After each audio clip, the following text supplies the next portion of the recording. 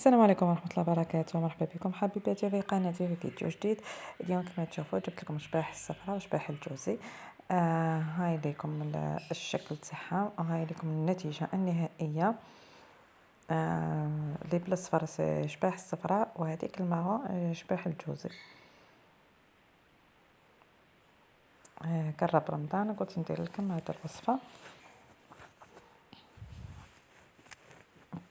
كي تتبعوا الطريقة راح تجيكم سهلة وحتجيكم بهذا الشكل وما تطيح لكمش كي طيبوها، ما تطيح لكمش يعني في البرمه، ما تحلش في البرمه. فوالا هاي ليكم شباح الصفراء، جات صفراء هاي ليكم، وهذيك هذه باللوز وهذه باللوز وين، وهذيك شباح الجوز.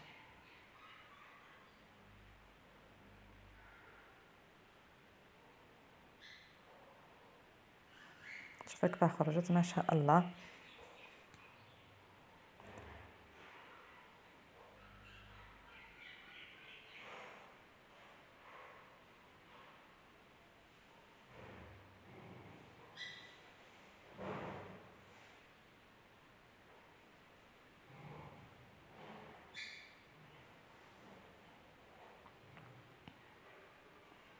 شوفوا تبعوا الطريقه باك تخرج لكم وتنجحوا فيها باذن الله. فوالا هنا نمروا شباح الصفراء اولا اللي باللوز. عندنا 3 كيلات لوز مرحي، ايضا انا نستعمل لوز ايضا تاع الماريكان، 3 كيلات لوز.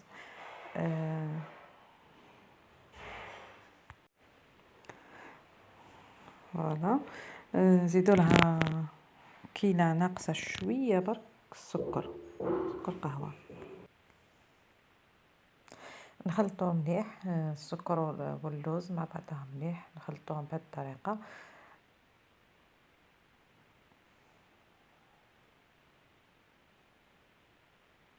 ما ننساوش نحطوا شويه ملح، قرصه ملح. انا هنا يعني ما حطيتش، نسيت ما حطيتش تاع الجوز، حطيت باش تعطي بنه. ونبلوه هنا بصفار بيض. انا هنايا درت لي 4 صفار بيض، يعني جاتني 4 قد قد. هنايا اللوز 300 غرام، دير لي 4 صفار بيض. نخلط مليح وشوفوا كيفاه الطريقه اللي راح نلم بها، ماشي نعجن. شوفوا كيفاه ندخل يدي ونخرج، ندخل يدي ونخرج بهذه الطريقه باش اللوز ما يطلقناش الزيت تاعو. شوفوا كيفاه ندير نعجن ونطلق يدي، نعجن ونطلق يدي بهذه الطريقه، ماشي نعجنوه نبقاو نعجنو هكاك اللوز راح يخرج لنا الزيت تاعو. شباح الصفراء تاعنا تجينا يابسه.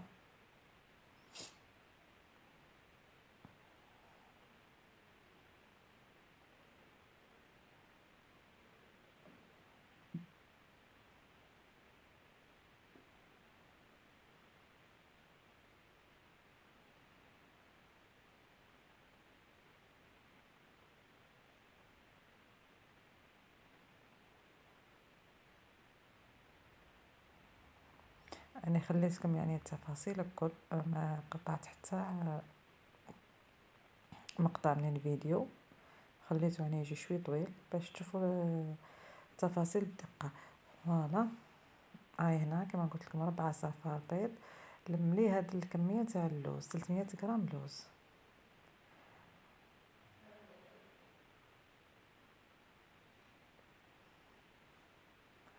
ها القوام تاعها كيفاه يجي،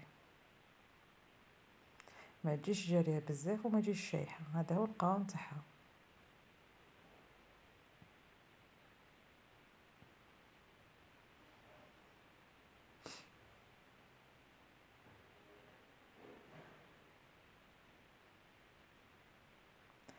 فوالا هنا راني بينت لكم القوام تاعها قد قربت لكم الكاميرا.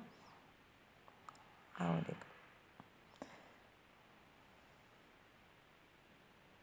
بون نخليوها تبات ليله كامله، يعني احسن تبات لي كامل. علاه باه السكر هذا كيذوب في اللوز.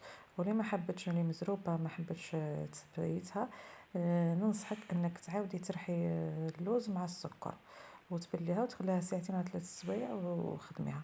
بون هنايا نمروا لشباح الجوز. هنايا عندنا 2 كيلات جوز مرحيين وكيلة لوز وكيلة سكر ناقصه شويه كيما الشباح الصفراء تاع اللوز، نفس الخدمه. واش هي هنا نحطوا 2 كيلات جوز بدل اللوز وكيلة لوز. نظن فهمتوني. نخلطوا كما قلت مليح ونحطوا قرصه ملح ونبلوا بصفار البيض. انا هنايا ما نحطش الزهر في الشباح تاعي، علاه باسكو باش نخلي لو غو تاع اللوز والجوز هو كما نقولوا في شباح اللوز شباح الصفراء، لو غو تاع اللوز هو اللي يكون غالب، يعني ما نبدلوش الغو تاعنا بالزهر. وفي شباح الجوز تاني ما نحطش الزهر، كاين اللي يحطوا بصح كل وحده وطريقتها، ما هي انا ما نحطش. هنايا انا في شباح الجوز هنايا 3 صفار بيض.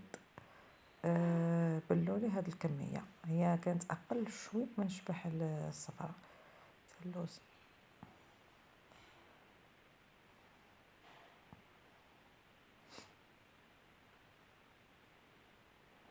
كي ترحيو الجوز حاولوا انكم ترحيوه تحبسوه في الروبو تاعكم باش ما يطلقلكمش الزيت، انه كما نعرفوا الجوز فيه الزيت بزاف ويطلق الزيت تاعو ليه.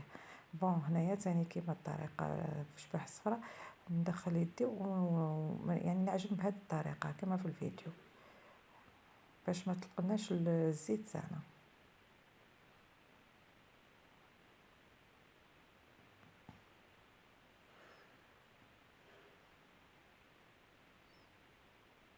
فوالا ها القوام تاعها تاني كيف كان، ما طلقت الزيت مكهجه، ما طلقت الزيت ما والو. كي تبعوا الطريقه هذه ما تنجح لكم باذن الله.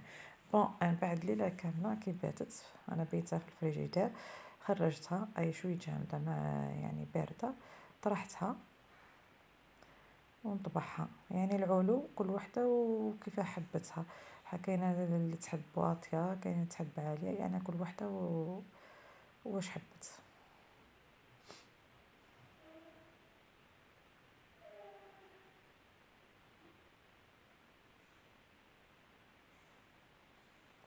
هاي الاشكال اللي طبعت بهم: قلب ووردة وريشة ومثلث. ها العلو تاعها كيفاه جا.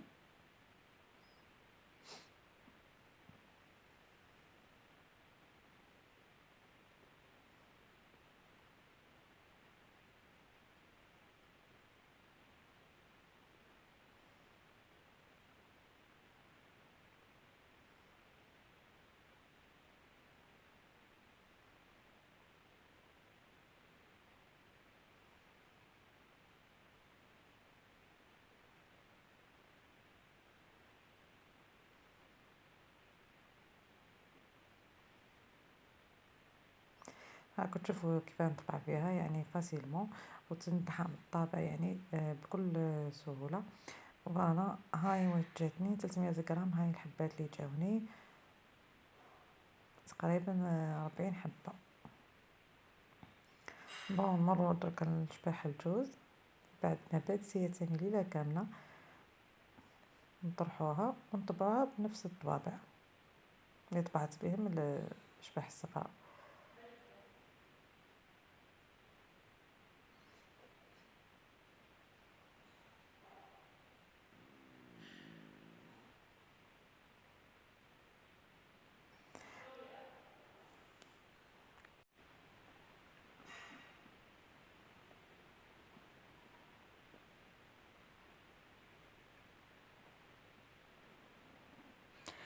كما قلت لكم راني خليت لكم لي زيتاب الكل تاع الشباح تاعي باش تشوفوها يعني بكل المراحل الكل.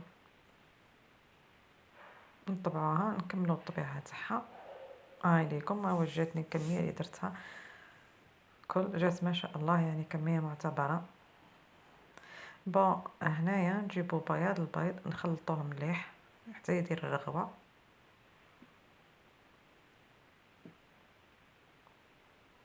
انا ما نخلطش فيه تاني ما زهر ولا ما كيما بعض الاخوات اللي يديروا.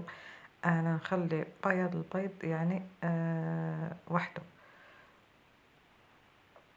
هذه هي شباح الصفراء يعني اللي تعلمناها من امهاتنا وجداتنا وقريناها بهذه الطريقه. بياض البيض وحده نطلعوه كما هكا يدير الرغوه، وبعد نبداو نغطسو الحبات تاعنا. نحطو بابي ابسوربون، نفرشو بابي ابسوربون باش نحطو فوقو شباع باش تمتص البيض الزائد، باش كي نقليوها ما تجيناش هذيك لا كروت فيها، القشره هذيك الزايده فيها. دونك تشوفوا الطريقه هذه باش تجيكم سهله، ما تبرشوها كي طيب ما والو، ما تجيش فيها القشره خلاص.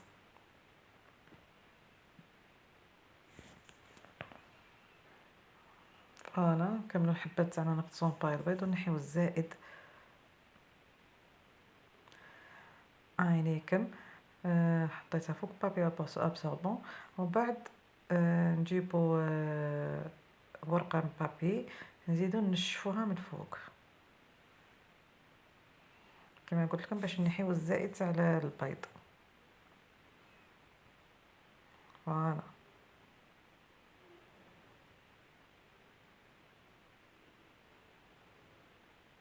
كما قلت لكم باش كي تقلع ما يجيوش فيه هذوك لي كروت.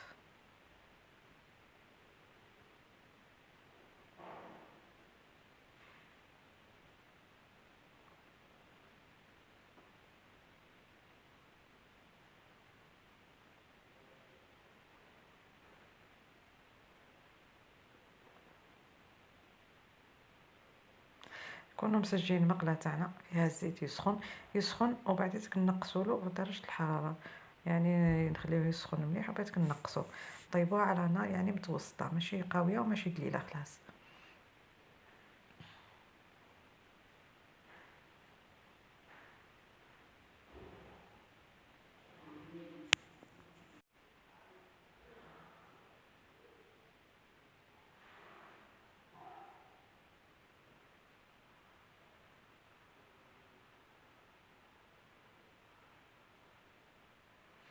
هنا يعني قاعده انا نشف في الحبات، نعاود نشفتهم كي نلقى الزوائد تاع العظام ولا البيض نعاود نزيد نمسحهم باش نحطها في المقله.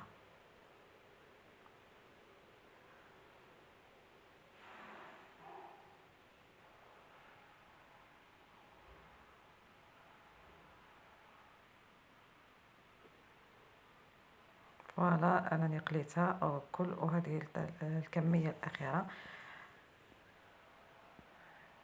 نكمل فيها نطيبها مع الاول الصفراء،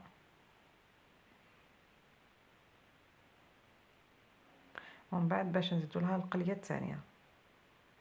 انا شباح الصفراء نقليها مرتين، كاين اللي يقليها مره مي انا ما نفضلش يا شباح الصفراء من بكري تقلى مرتين باش كي نطيبوها ما تحلناش في المرقه تاعها. نصفيوها في بابي ابسوربون ونزيدو نعاودو لها نفس العمليه اللي درناها الاولى، نغطسوها في العظام ونعاودو نقليوها.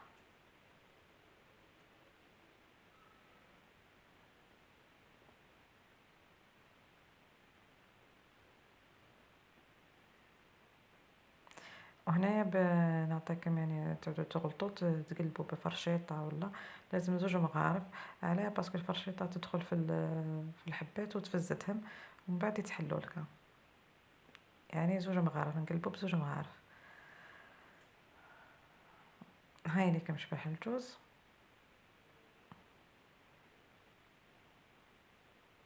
كي نكملوا القليه الاولى ما ننساوش نصفيو الزيت تاعنا من البواقي تاع الشباحه الاولى باش نعاودو نقليو فيه مره ثانيه. هاي ليكم هذه القليه الاولى، شوفوا كيف تجي صفراء.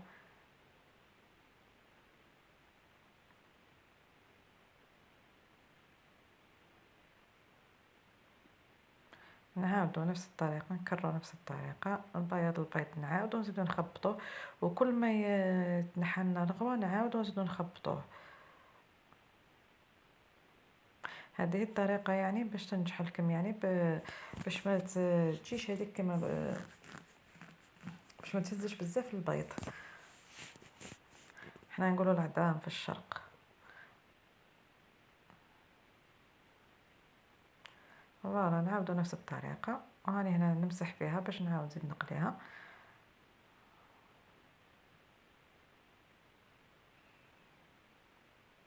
وكما قلت لكم على نار متوسطه، ما هي نار قويه ما هي نار قليله، نار متوسطه باش ما تحرقناش. وشباح الصفراء هي من ال يعني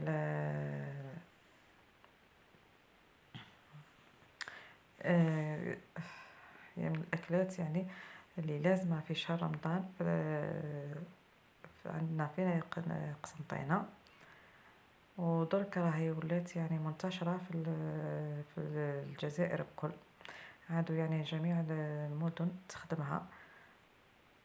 وهاي لكم النتيجة. وكاين يديرها بلا صوص يعني بالشربات برك، وكاين يطيبها باللحم. حنا نشتيوها يعني انا من الاحسن انا طيبها باللحم مع طاجين العين ولا وحدها، يعني كل وحده واختيار تاعها. هي التقليديه تاعنا نطيبوها باللحم. بون هاي ليكم شوف كيفاه جات يعني جات هايله. وهنايا الامانه انا ما برشتها ما والو. هاي تشوفوا كيما تنظفوها مليح من البيض قبل ما تقليوها، ما تجيكمش هذيك عند ما تجيش عندها ديك لي كروت كما قلت لكم. وهنا انا ما برشتها ما والو، لا في السيار لا والو، قليتها وكملت وحطيتها. فوالا هاي ليكم النتيجه جات يعني هايله. حاكمه روحها وشوفوا كيفاه جات الصفراء، وهذيك شباح الجوزي شوفوا كيف جات. نتمنى ان الوصفه تنال اعجابكم وطريقتي تنال اعجابكم. ما تنساوش تابوني في القناه وديروا جيم، وما تنساوش تبارطاجيو الفيديوهات تاعي باش تكبر القناه تقدم لكم اكبر عدد من الوصفات. مع السلامه حبيباتي، في الفيديو القادم ان شاء الله مع وصفات اخرى.